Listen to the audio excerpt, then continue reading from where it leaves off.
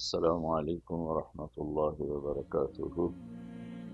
بسم اللہ الرحمن الرحیم، والصلاة والسلام علی سیدنا و مولانا محمد وعلی آلہ وصحبہ اجمعین، اما بعد۔ آج کل اللہ کے فضل سے میں یورپ کے سفر پر ہوں۔ ابھی اس وقت جو میں یہ آپ سے بات کر رہا ہوں، یہ جرمنی کا شہر ہے ہیمبرگ۔ وہاں سے میں یہ آپ سے مخاطب ہوں۔ 3-4 ملکوں میں جانا تھا، کچھ ملک باقی ہیں: Spain, Belgium, Holland, France, Germany. اس کے بعد آگے ابھی سفر جاری ہے۔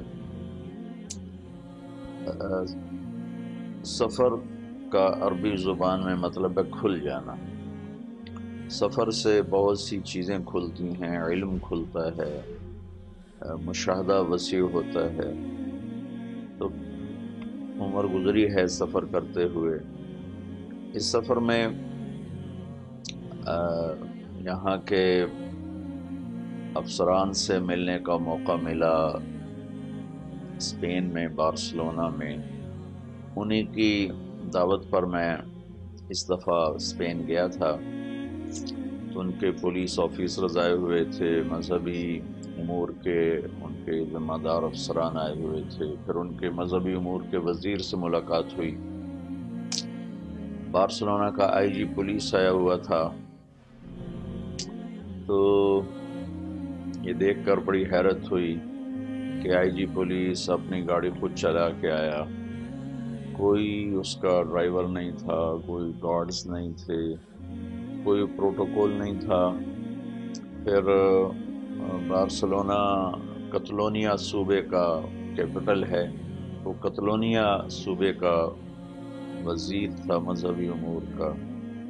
کوئی پروٹوکول نہیں، کوئی ہٹو بچو نہیں، وہ خود ہمیں لے کے پھرا، اپنے اسمبلی ہال پہ اس نے وزٹ کروایا، بڑی عزت احترام دی، اور یوں لگ رہا تھا کہ یہ ایک عام آدمی ہے، اس کا وزارت سے کوئی تعلق ہی کوئی نہیں۔ پھر ہم نے کھانا کیا تھا ان افسران کا، تو وہ سارے افسران ایسے لگ رہے تھے جیسے محلے سے اٹھ کر آئے ہوں، کوئی کسی میں اپنی افسری، اپنی طاقت کا کوئی نشہ ہی نہیں تھا۔ تو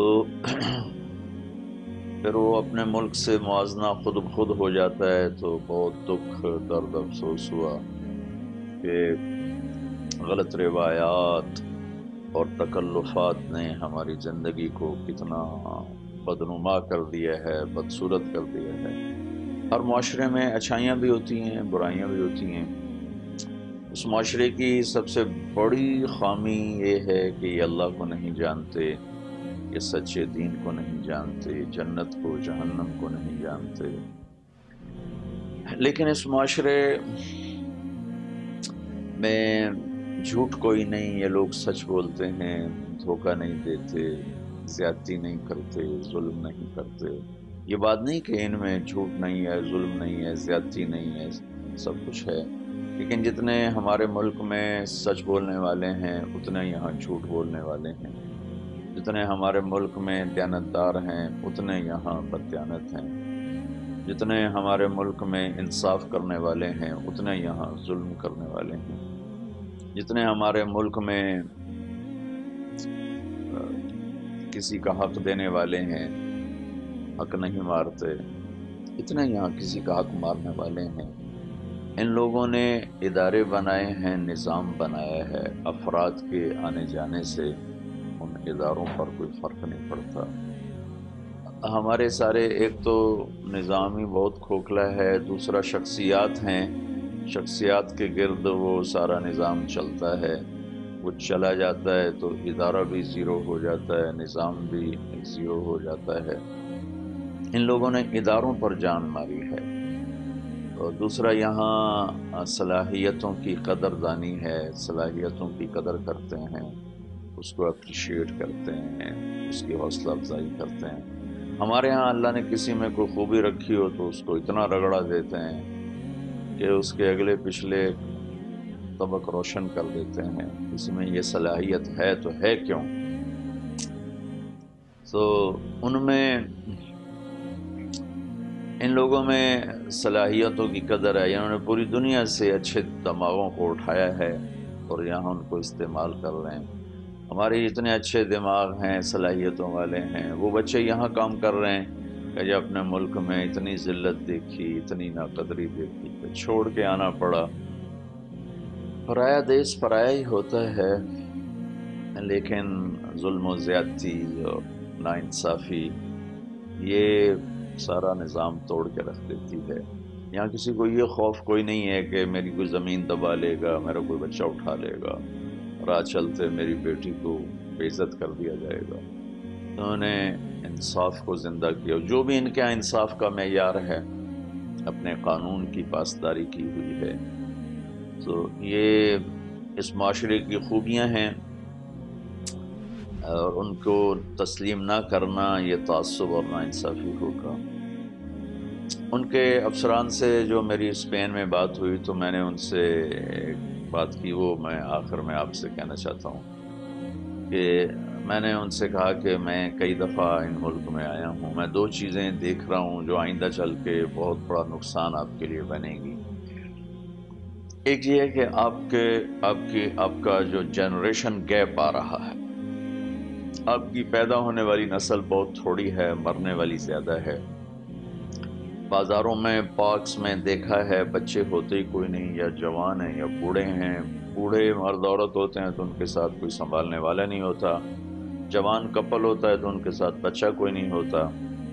آپ کا جنریشن گیپ ہے، تو ان سب کے چہروں پر پریشانی کی لہر دوڑی اور کہنے لگے بے شک بہت بڑا یہ ہمارا مسئلہ ہے کہ ہماری پچھلی جنریشن وہ ہمارے ساتھ آ کے نہیں مل رہی، اس کا کیا کیا جائے ہماری سمجھ میں نہیں آ رہا۔ میں نے کہا اس کی ایک بڑی وجہ یہ ہے کہ آپ کے ہاں فیملی سسٹم ٹوٹ چکا ہے، آپ کا خاندانی نظام ٹوٹ چکا ہے، میاں بیوی کی حیثیت ختم ہے، ماں باپ کی حیثیت ختم ہے، جس کی وجہ سے ہر کوئی بچوں کی ذمہ داری اٹھانے سے وہ کتراتا ہے۔ آپ کا فیملی سسٹم ختم ہو چکا ہے، آپ اس کو بحال کریں۔ اس پر بھی وہ ایک دم انہوں نے میرے ساتھ اتفاق کیا اور کہنے لگے یہ دو بڑے مسائل ہیں لیکن ہماری سمجھ میں نہیں آ رہا کہ اس سے ہم نکلیں کیسے۔ میں نے کہا میں الدین النصیحہ، دین خیر خواہی کا نام ہے، آپ نے مجھے بلایا، میں آپ کی خیر خواہی میں یہ دو باتیں آپ کو کہہ رہا ہوں، آپ اس کا حل ڈھونڈ سکیں تو آپ کا نفع ہے۔ اس کے بالمقابل اللہ تعالیٰ نے ہمیں فیملی سسٹم دیا ہوا ہے، ہمارا خاندانی نظام موجود ہے، لیکن ہم اس کو اپنے ہاتھوں سے خود توڑ رہے ہیں۔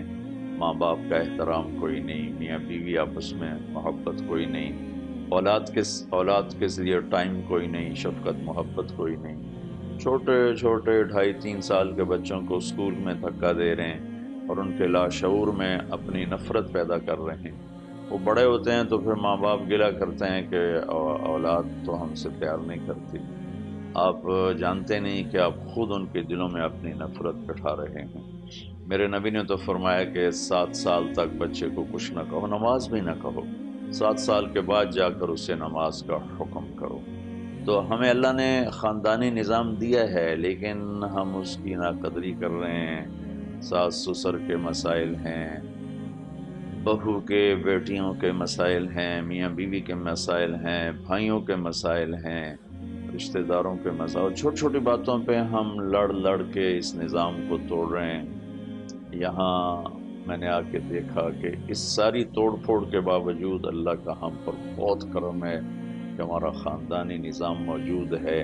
ہمارے مرنے والوں کو کندھا دینے والا ہوتا ہے۔ میں گزر رہا تھا تو 2 گاڑیاں گزری کالی کالی، تو ایک نے کہا جی یہ میت جا رہی، میں نے کہا پیچھے جو بوڑھے بوڑھے کچھ مرد عورت بیٹھے تھے، میں نے کہا یہ ان کے رشتہ دار ہیں؟ کہا نہیں جی رشتہ دار نہیں، یہ کرائے پہ لوگ ملتے ہیں جو میت کو چھوڑنے کے لیے قبر تک جاتے ہیں، یا میت کو چھوڑنے کے لیے بھی کوئی نہیں ہوتا۔ یہ یہاں کا عام دستور ہے کہ انسان تنہا ہو گیا ہے، ساری اس معاشرے کی خوبیوں کے باوجود اس میں جو یہ خاندانی نظام ٹوٹا ہے، اس نے ان کی زندگی کو خشک پتوں کی طرح بکھیر کے رکھ دیا ہے۔ میں اپنے سارے سننے والوں سے کہوں گا اپنے نظام کو بچائیں، اس کے بچانے کا ایک ہی راستہ ہے، اور محبت ہے اور برداشت ہے، کہ یہ قربانی دینی پڑے گی، برداشت کرنا پڑے گا۔ برداشت کریں گے تو یہ نظام قائم رہے گا۔ اگر ہر یوں کہے کہ میری چلے تو بس پھر ختم ہے۔ اللہ تعالیٰ مجھے آپ کو عمل کی توفیق بخشے۔ اللہ میرا باقی سفر بھی آسان فرمائے۔ السلام علیکم۔